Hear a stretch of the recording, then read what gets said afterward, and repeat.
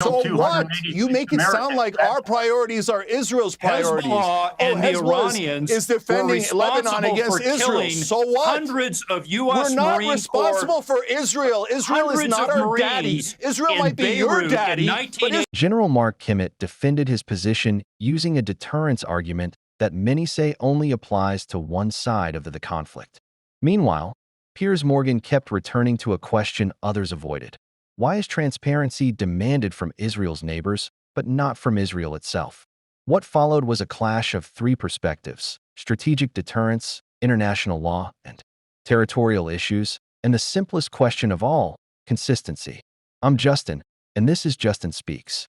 Like, subscribe, and stay tuned for the full breakdown. Okay, let me bring in Lieutenant Colonel. Can we have the same process for Israel? Cenk, I'll come to you, Cenk, in a second. Inspection process for Israel?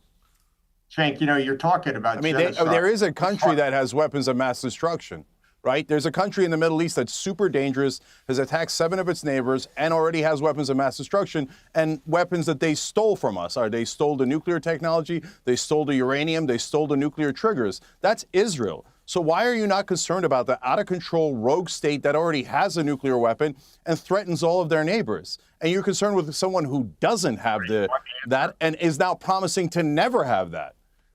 You can let me answer. So by your standard, we should invade Israel. Okay, three things I'd say. Look, I don't know what your relationship is with your country of birth, but you want to talk about genocide, let's talk about Armenia. And if you want to talk about not being able to nice distraction. Yeah, I could talk about it. Let me finish. And then the next issue is, if you talk about not going into Lebanon, in fact, Turkey over the last few years has established, just like the Israelis have in Lebanon, a foothold in the first 30 kilometers of Syria because they're afraid of the terrorism coming from the PKK. And then the third, just like Iran feels it's threatened. It's logical for them to want a nuclear weapon. You know why it's logical? When an Egyptian general told me, we're not worried about Iran because if they get a nuclear weapon, we're friends with them. You need to worry about Iran, about Israel having a nuclear weapon. And I said, look, if I had been invaded by every one of my neighbors repeatedly, maybe I'd have a nuclear weapon to protect me as well. It's pretty good deterrence.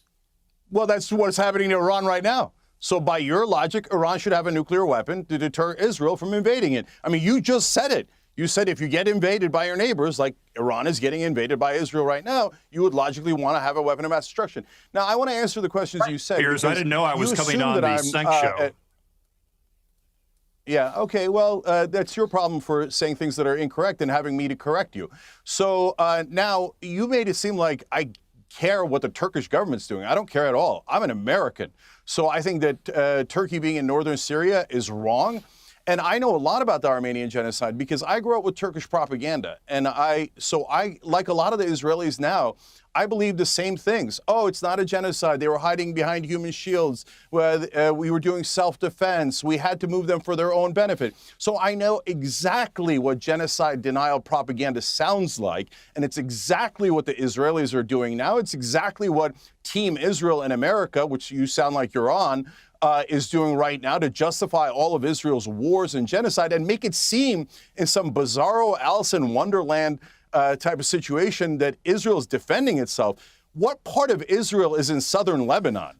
No, they're aggressively taking land. Netanyahu bragged that they already have 60% of Gaza and they're going to take 70% of Gaza. What happened to self-defense? It was about land theft. Oh, no, I'm just speaking against Israel. Oh, Team Israel wants me to hurry up. Don't say things. Remember, the boogeyman is Muslim. And this Kimmett is talking about how, oh my God, what if Turkey has a nuclear weapon? Turkey's a NATO ally. So you have a problem with a NATO ally being stronger, but you don't have a problem with a deeply hostile state like Israel that has attacked 7 of its neighbors, that has taken their land, having a weapon of mass destruction that they stole from us and lording it over the Middle East. You know, they call this Team America, brother. We got no interest in Israel stealing southern Lebanon. Let's get the hell out of there. We have no interest in murdering Iranians on behalf of Israel. Let's get the hell out of there. And is anybody talking about gas prices, the food prices, affordability? Nobody cares about American citizens. You're all obsessed with Israel. Cenk, you talked about a lot of things, so let me just go to some of the other guests.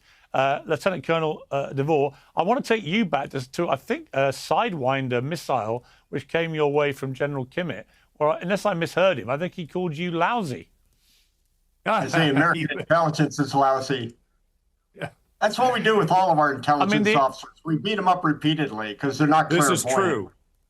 This is true. No, I'm all for panelists going after each other, but I've had a good old military two-way like this for a while. But look, to that point, though, a few big points that have been made that I really think need to be responded to. Okay, so first of all, about the urgency of this operation after Midnight Hammer. Iran was rapidly adding to their ballistic missile inventory with the help of the People's Republic of China. The fear was that they were very quickly going to reach the point beyond which they would be able to saturate the anti-missile defenses of the region, Israel and the Gulf Arab allies, as well as any U.S. anti-missile platforms in the region. Once they got to that point with over 10,000 ballistic missiles, which they were rapidly approaching with China's help, the fear was they would reach a point of invulnerability where any sort of effort to try to prevent the reassembling of that nuclear program would be met with mass casualties throughout the Middle East. Now, to the issue of nuclear weapons in the region, Israel has had nuclear weapons for probably going on 40 plus years. They have not used them on anyone. The Iranian regime chants death to America and death to America and death to Israel constantly. Say again? Why don't they admit it? Why don't they just admit it? They want everybody else to. It's the typical thing of strategic ambiguity. It's like the U.S. policy towards Taiwan. We might or we might not do something. So the point is that. But I really don't. Sorry, just to labor that point. Hang on one second. Let's let go. I really do not understand why it is, and I've raised this point many times on this show. I do not understand why Israel, which demands full transparency from countries like Iran, right down to exactly how much enriched uranium they've got, why it's generally agreed that they have a huge number of nuclear weapons themselves, but they get a pass. They're the only country in the world that doesn't have to even admit they've got nuclear weapons. And, to General Kimmett's point, if Saudi Arabia did want one, or Qatar wanted one, or the UAE wanted one, I'm at a bit of a loss to understand why, if Israel's allowed to have a lot of them, why they shouldn't be allowed to. It's really simple. The General Kimmett mentioned it. They've been invaded by all of their neighbors in recent history. The missile force that they have, the bombs that they have, roughly 30 or 40, are a deterrent against a second Holocaust. The big difference between them and the state of Iran is not a typical Westphalian state. They are like a death cult.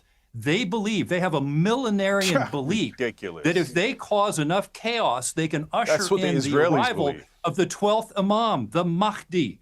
And so when you have a group of people who actually want to use a nuclear weapon, then they're hard to deter because it's part of their eschatology.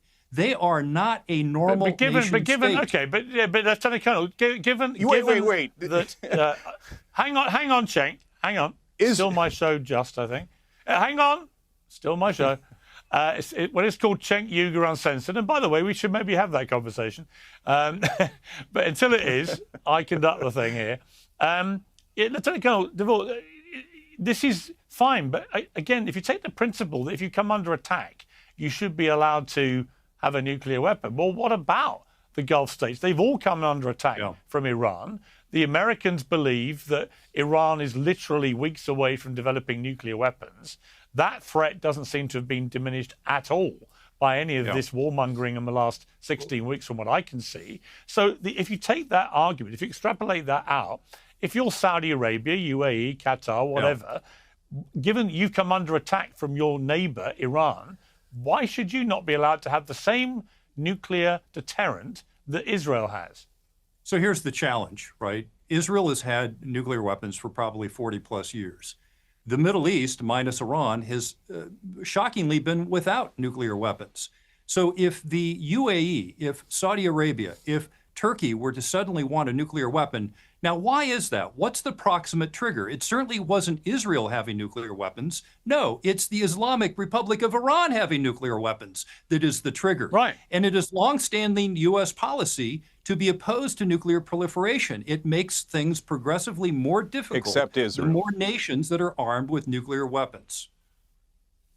Like so Israel. has the United States? Well, hang on. Has the United States actively sought to stop Israel having more nuclear weapons in the last 20, 30 years? Or has it just allowed it to? I'm aware of no policy one way or the other with regards to the U.S. and Israel. There may be some classified negotiations, but shockingly, prior to this conversation with Cenk, you don't really hear a lot of concern about Israel's nuclear weapons program because they haven't used it.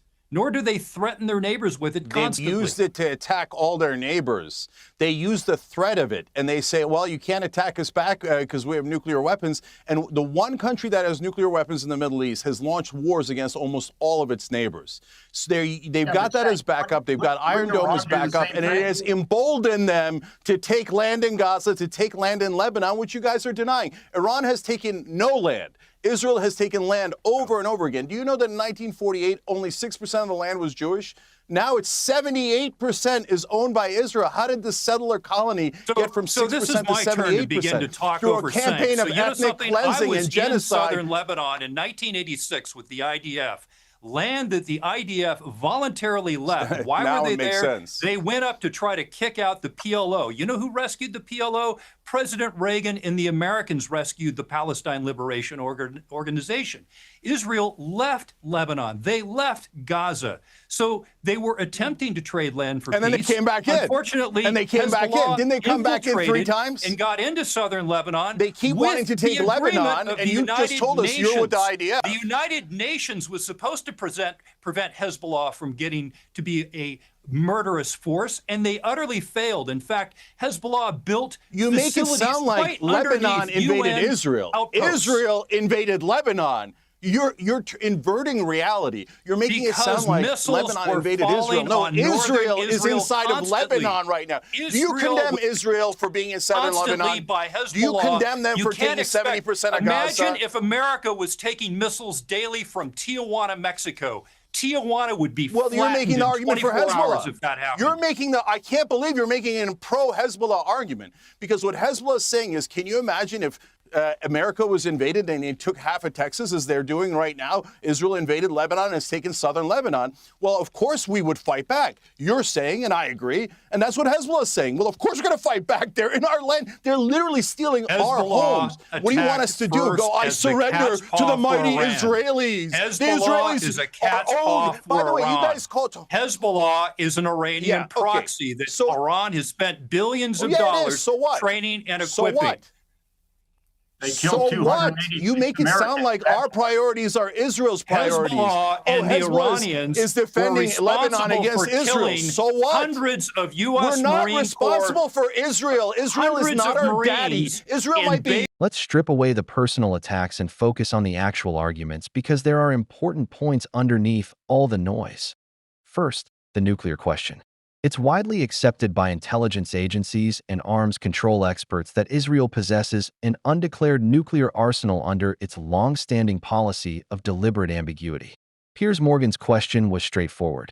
If transparency and inspections are the General Kimmett's characterization of Iran's leadership as driven by apocalyptic religious beliefs also requires a closer look.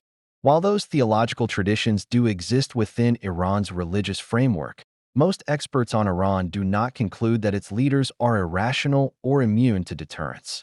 Iran's behavior over decades has generally reflected a regime focused on survival and regional influence rather than self-destruction. On Lebanon, the historical record is more complicated than either side suggested. Israel occupied southern Lebanon for nearly 2 decades after its 1982 invasion, and Hezbollah emerged largely in response to that occupation. At the same time, Hezbollah has evolved into a heavily armed regional actor backed by Iran, making simple narratives of aggressor and defender inadequate. The territorial questions raised about Israel, Gaza, and the West Bank are also rooted in documented facts. Historical land ownership patterns, the expansion of Israeli settlements, and ongoing disputes over occupied territories are all real issues. Even if interpretations of those facts differ, the strongest point in the entire exchange was Piers Morgan's repeated demand for consistency. If military action is justified by nuclear, non-proliferation, and regional stability, then those standards must apply equally to everyone. If they don't, then the argument isn't really about universal principles. It's about strategic alliances and political priorities. Ultimately, this debate revealed two competing frameworks, one centered on alliances and deterrence, and the other centered on international law and consistent standards. Neither side fully defended its own framework, and that's why the conversation never reached the deeper debate that actually matters.